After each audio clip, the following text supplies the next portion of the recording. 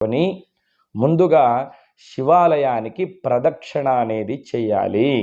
ధ్వజస్తంభం దగ్గర నుండి మొదలుపెట్టి ఆ శివాలయానికి 5 ప్రదక్షిణలు చేస్తే చాలా మంచి ఫలితము అనేది కలుగుతుంది.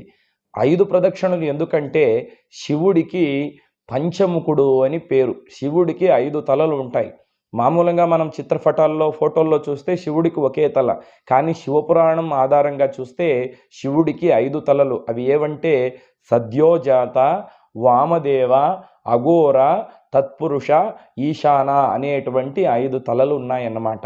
ధ్వజస్తంభం నుండి ప్రారంభం చేసి అంటే పెళ్ళైనటువంటి వాళ్ళు ప్రదక్షిణం చేయాలి. ఆ ప్రదక్షిణ చేసేటప్పుడు ఒక్క నియమం ఏమంటే ఎవ్వరితోనూ మాట్లాడకూడదు. పక్కలో ఎవరైనా ఉంటే నమస్కారం అండి గురుగారు, బాగున్నారా, దేవాలయానికి వచ్చారా అని మాట్లాడకూడదు.